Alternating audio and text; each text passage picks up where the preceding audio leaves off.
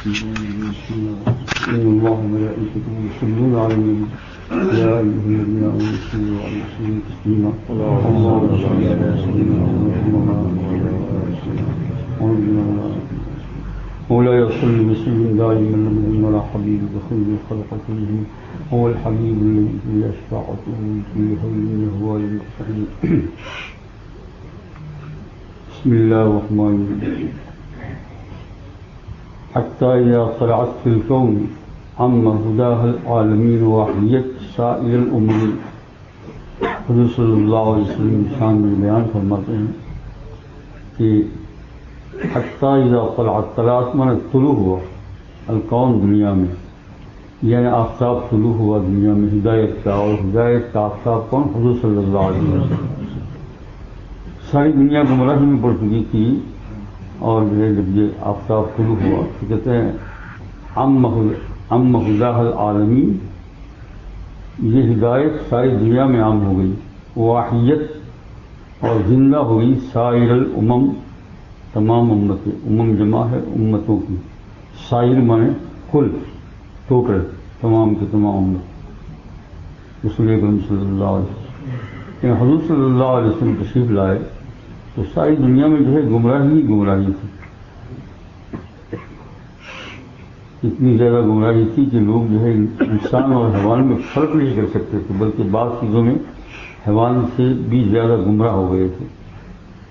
اور خاص کر کے حضور اکرم صلی اللہ علیہ وسلم جس خطے میں آپ کو مبعوث فرمایا، یعنی حجاز مقدس، مکہ مکرمہ، اس وقت وہاں کے لوگوں کے حالات ایسے تھے کہ کوئی سوچ بھی نہیں سکتا تھا کہ یہاں کے لوگوں کو کوئی آدمی راہ راست پر لا سکتا ہے. لیکن اللہ کا کرم ایسا ہوا کہ وہ صحابہ کرام بن گئے، ساری دنیا میں سب سے اوپر بن گئے. ان کی مثالیں نہیں ملتی ہو، پہلے بھی نہیں اور بعد میں بھی نہیں. ایک ایک ان کی عجیب عجیب چیزیں. تو اسی کو صاحب قصیدہ وغیرہ کہتے ہیں کہ آپ صلی اللہ علیہ وسلم، اور اس میں آپ صلی اللہ علیہ وسلم تمام انبیاء سے بڑھ کر ہے. سارے انبیاء کرام علیہم الصلوۃ والسلام معصوم، بہت بڑے مرتبے والے، اللہ کے برگزیدہ بندے، قرآن پاک میں ان کا ذکر. لیکن یہاں یہ ہے کہ اللہ پاک نے بھی فرمایا تیسرے پارے کے شروع میں تلک الرسل فضلنا بعضهم علی بعض، ان میں سے ہم نے بعض کو بعض پر فضیلت دی. قرآن پاک میں خود ہے. تو حضور صلی اللہ علیہ وسلم کو تمام انبیاء پر ایسی فضیلت ہوئی کہ کوئی نبی کسی خطے میں، کوئی نبی کسی خطے میں، کوئی.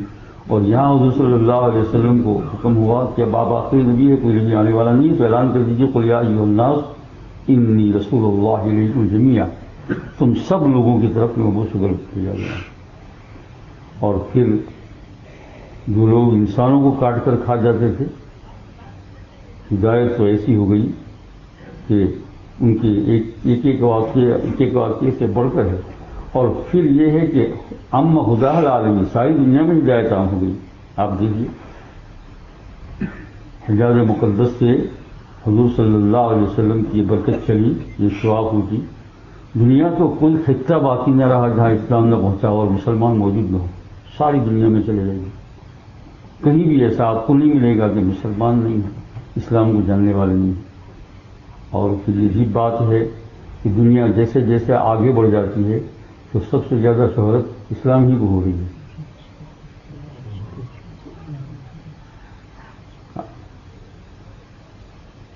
اور اسی کے مطالعے میں مشغول ہیں سب لوگ، سب اسی کے مطالعے میں مشغول ہیں.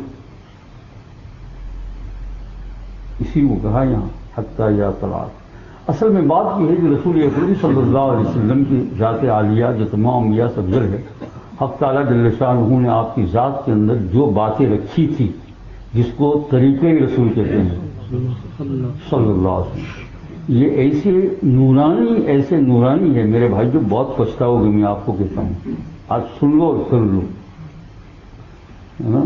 دنیا ہی کے اندر آپ کو پتہ چل جائے گا. آپ تو مرنے کے بعد کی بات کرتے ہیں، دنیا ہی میں پتہ چل جائے گا کہ سرکار دو عالم صلی اللہ علیہ وسلم کے طریقے ایسے نورانی ہے کہ جن لوگوں کی ذات کے اندر یہ طریقے آ گئے تو حق تعالیٰ جل شانہ دنیا ہی کے اندر ان کو سکون کا ایک بہت بڑا حصہ بھی دے گا، بہت بڑا حصہ. لیکن ہے نا افسوس کی بات تو یہ ہے کہ کہ غیر تو سمجھے لیکن مسلمان نہیں سمجھ رہا ہے، غیر تو سمجھے لیکن مسلمان نہیں سمجھ رہا. آپ کر کے تو دیکھ لیجیے، اس سے بڑھ کر کسی چیز میں لطف نہیں ہے، کسی چیز میں اتنا مزہ نہیں ہے جتنا طریقہ رسول کے اندر مزہ ہے صلی اللہ علیہ وسلم. لیکن بات یہ ہے کہ اتنا عمدہ طریقہ ہے تو یہ ہمارے منہ میں یوں لقمہ بنا کر نہیں ڈالا جائے گا. پہلے اس کے لیے تھوڑی سی کیا ہو جائے گی، ایسا ہو جائے گا کہ نفس اس کے خلاف جائے گا. لیکن نفس تو ہر اچھی چیز کے خلاف ہی جاتا ہے نا، تو نفس اس کے خلاف جائے گا. لیکن ایک مرتبہ نفس کو مار دیا اور کہا یہ حضور کا طریقہ ہے، چھوڑوں گا نہیں، اس کو کر کے رہوں گا چاہے کچھ بھی ہو جائے. پھر آپ دیکھ لیجیے اس کے بعد کیا ہوتا ہے.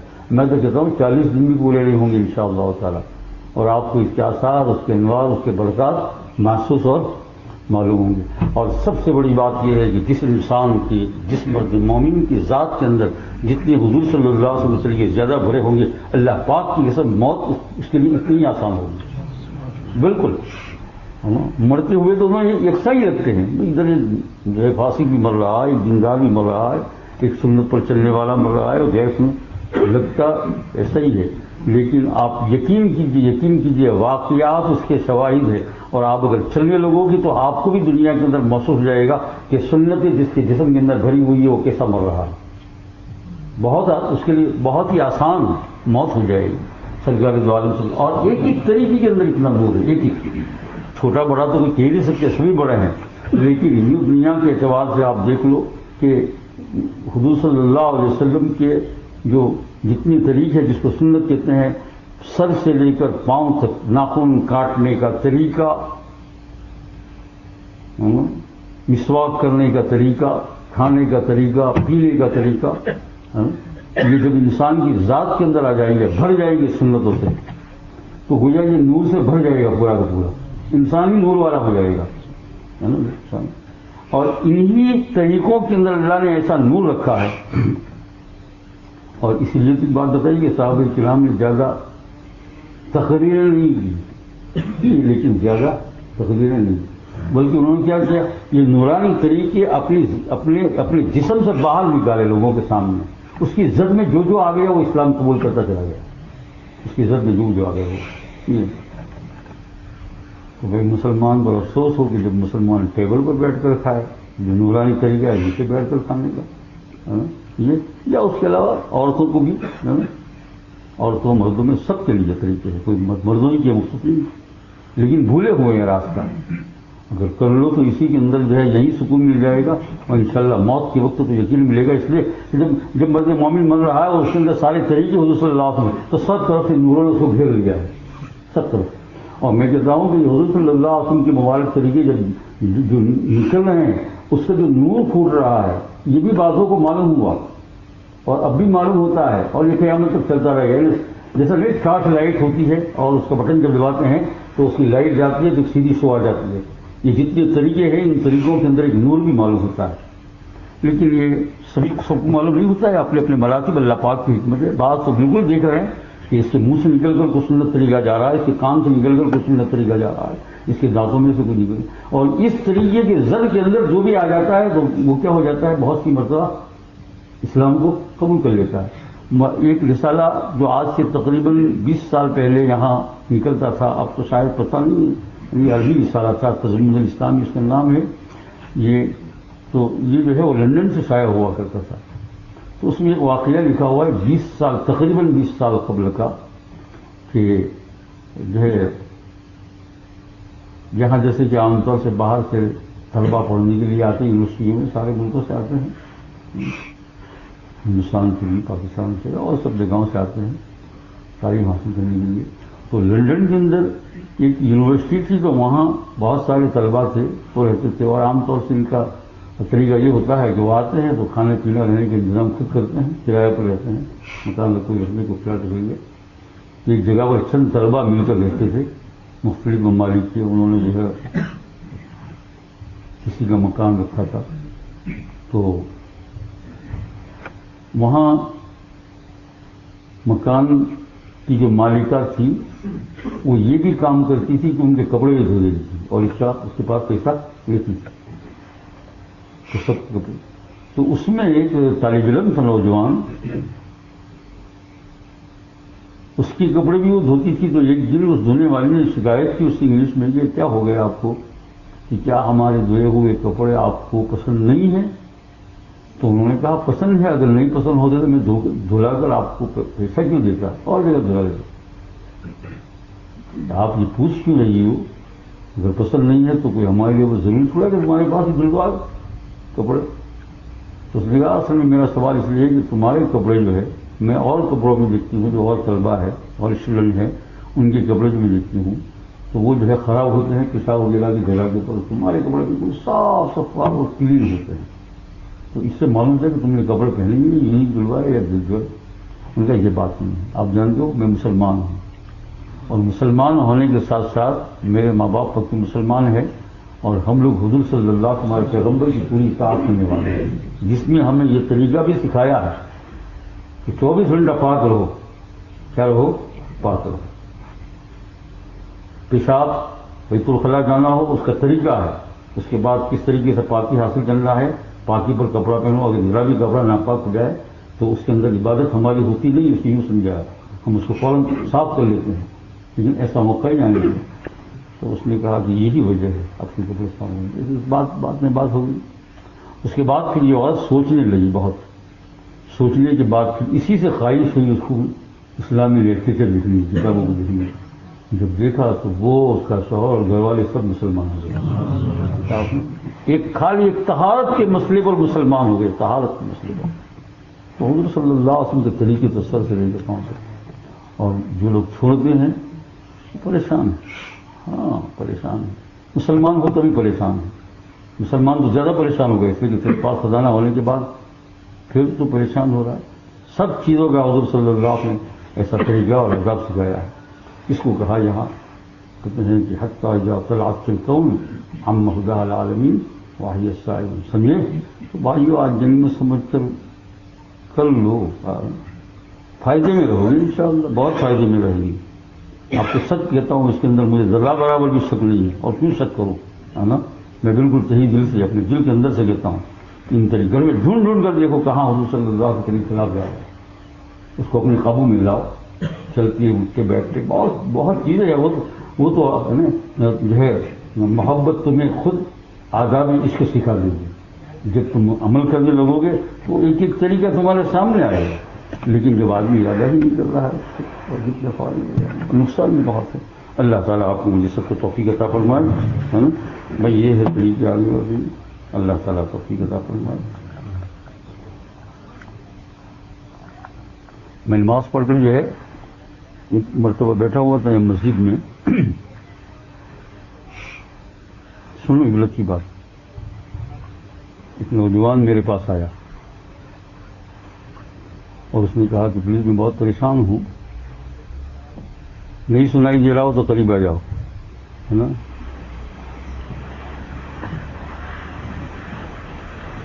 میں بہت پریشان ہوں, مجھے نماز کے بعد تھوڑی سی چند منٹ یا مجھے وقت چاہیے. تو اس کی پریشانی کو دیکھ کر میں نے بتا دیا اچھا ٹھیک ہے آپ نماز کے بعد گھر پر آ جانا اور جلدی سے آپ اپنی بات پوری کر دینا, آپ بہت پریشان معلوم ہوتے ہیں. تو لیکن وہ جس وقت مجھ سے یا مسجد کے اندر بات کر رہے تھے ان کے منہ سے اتنی بدبو آ رہی تھی, اتنی بدبو آ رہی تھی کہ آپ یقین کیجئے کہ میرا سر چکرانے لگا. اس کے بعد میں نے مصلی پر نماز پڑھائی تو شاید میں رکعتوں کو بھول جاؤں, اتنی بدبو. اور ابھی وہ تو مجھے نماز کے بعد ملنے والے تھے. میرے دل میں یہ آ گیا پتہ نہیں, میں نے کہا کہ ایسے مرد کے ساتھ عورت گزارا کیسے کر سکتی ہے. جب میرے پاس منہ لایا اور بدبو آ رہی ہے تو ایسے عورت گزارا کیسے کر سکتی ہے. اور خصوصاً حکمہ کے لکھنے کے مطابق عورتوں کے لیے شوہرت نفرت والا بن جاتا ہے. 2-3 چیزیں لکھی ہے, اس میں ایک چیز یہ ہے کہ اس کو اپنے منہ کو صاف نہیں کرتا, اور چیزیں ہیں اس کو بھی لکھ لیں گے. تو وہ نماز مجھے چکر آ رہے تھے,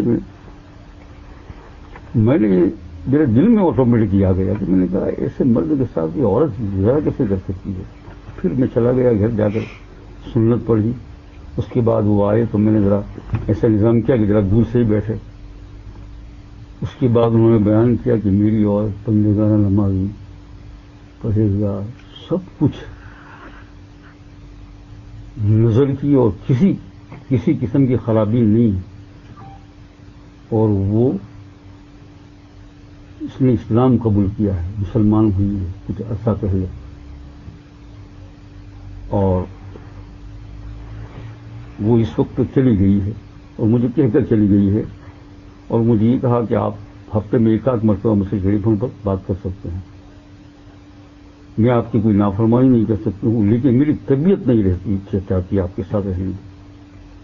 اور پھر یہ ہے کہ اگر میں چلی جاؤں تو جو شریعت کا قاعدہ ہے, جس اسلام کو میں نے قبول کیا, اسی کے مطابق یہ گھر کا آدھا حصہ میں نہیں لوں گی. جو قرآن پاک کے اندر ہے وہی آپ مجھے دینا, حدیث پاک میں ہمارے.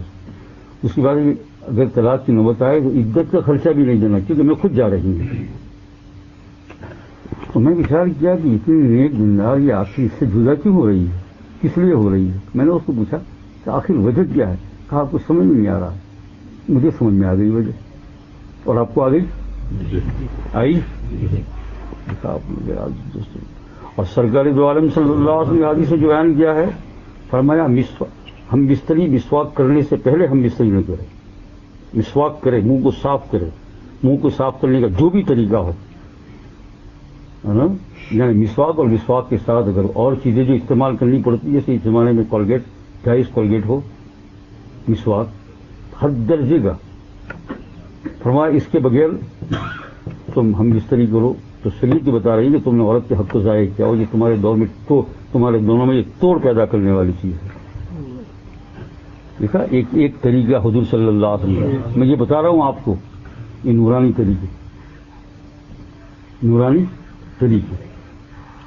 اب اس پر جو عمل نہیں کر رہے ہیں آج موجودہ دور کے اندر کتنے ایسے ہیں جو الگ ہو رہے ہیں, لیکن یہ اصل چیز جو ہے وہ بھی بتانے سے شرم آتی ہے. نہیں کہتے ہیں, بس تکلیف ہے, بے شرم لگتی ہے نا. اس لیے میرے بھائی اور دوستوں بزرگوں, شریعت کو حضور صلی اللہ علیہ وسلم کے طریقوں کے اوپر آ جاؤ تو ایک ایک طریقہ آپ کو ملے گا, ایک ایک طریقہ ملے گا, ہے نا. یہ ہے کہ اور دو ایک چیزیں حضور صلی اللہ علیہ وسلم بتائی اپنے زمانے میں کہ یہودیوں کے نکاح اس لیے ٹوٹ رہے ہیں ان دو چیزوں کی وجہ سے. یہ کسی اور موقع پر تو سمجھے بھائی کو سمجھے.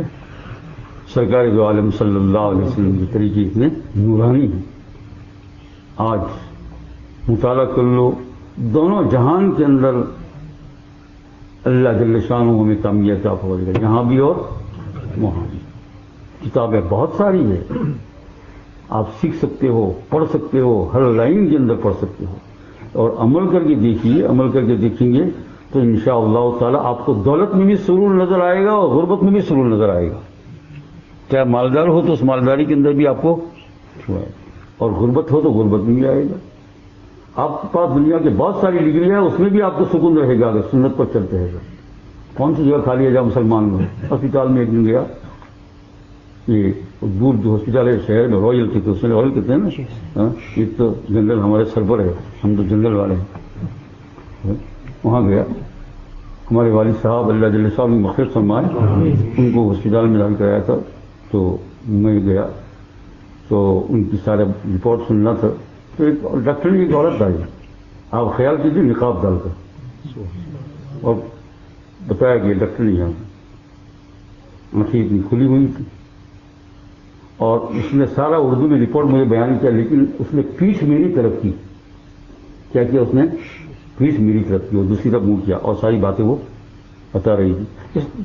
شاید وہ پہچان بھی ہوتا ہے کہ یہ مسجد امام ہے اور یہ لیکن یہ لباس ایسا ہے باہر, لیکن اس کے چہرے پر نقاب, یہی تو کتنی بڑی شہادت ہے. کس نے سکھایا اس کو؟ کچھ بات تو ہوگی نا, اتنی بڑی ڈگری لے کر بھی. اور وہاں اس کا اچھا خاصا جو ہے ویلیو تھا, اور ڈاکٹر بھی آ رہے تھے, نرس بھی آ رہی تھی اس کے سامنے بہت کیا اس کے ساتھ. تو بھائی حضور صلی اللہ علیہ وسلم کر کے خیال کر لو, آپ کا دنیا کا نالج ہوگا تو بھی انشاءاللہ اس میں سرور. غربت ہے تو اس میں بھی سرور. مالداری ہے تو اس میں بھی مالداری اور غربت کا کوئی سوال نہیں ہے، کوئی سوال نہیں ہے. آ جاؤ اس کے اوپر. سلطان التمش جو ہے بادشاہ بہت بڑا گزرا ہے، تو وہ جو ہے جس شیخ سے بیعت تھے، خواجہ نظام الدین رحمۃ اللہ علیہ سے بیعت تھے وہ، اور حضرت نظام الدین خواجہ رحمۃ اللہ علیہ بہت تقویٰ والے تھے، بہت تقویٰ والے تھے. زیادہ تو بیعت کرتے نہیں تھے، لیکن جن کو کرتے تھے ان کو برابر. تو یہ زمانے کا بادشاہ نے دیکھا کہ اتنا متقی ہے تو ان سے بیعت ہو گیا. بیعت ہونے کے بعد وہ ان کی تربیت کرتے رہے.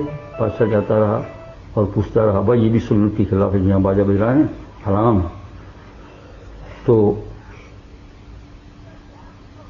حضرت نظام الدین کا انتقال ہو گیا تو اپنے خادم خاص کو بلایا اور کہا کہ جنازے کی نماز پڑھانے کے لیے وصیت لکھ لو. وہی آدمی نماز پڑھا ہے، اور میں بغیر جنازے کی نماز کے جاؤں گا نہیں، میں وصیت کرتا ہوں، اس کا معنی کہ آپ کو ملے گا. اس میں ایک شرط یہ لگائی کہ جس کی کبھی تہجد فوت نہ ہوئی ہو بالغ ہونے کے بعد، اور دوسری 2 شرطیں اور بھی لگائی، کسی غیر محرم کے اوپر نظر جان بوجھ کر کرنا چاہیے کبھی. تو یہ جنازہ تیار ہو گیا اور ہزاروں آدمی تھے، بہت بڑے بزرگ تھے، اس میں ان کو خلفاء صلحاء اور بڑے بڑے لوگ تھے. جب جنازہ تیار ہو گیا تو اب لوگ سوچ رہے ہیں کہ جنازے کی نماز کس کو پڑھانے کے لیے کہا، پہلے سے کہا بھی نہیں. تو خادم اوپر کھڑا ہوا، اس نے وہ پرچہ نکالا اور اس کے بعد پڑھ کر سنایا کہ صاحب جنازے کی یہ وصیت ہے. سب سناٹا چھا گیا، کوئی ٹس سے مس نہیں ہو رہا. اس نے 2 بار پڑھ کر سنایا، کوئی ٹس سے مس نہیں ہوا. تیسری مرتبہ پڑھ کر سنایا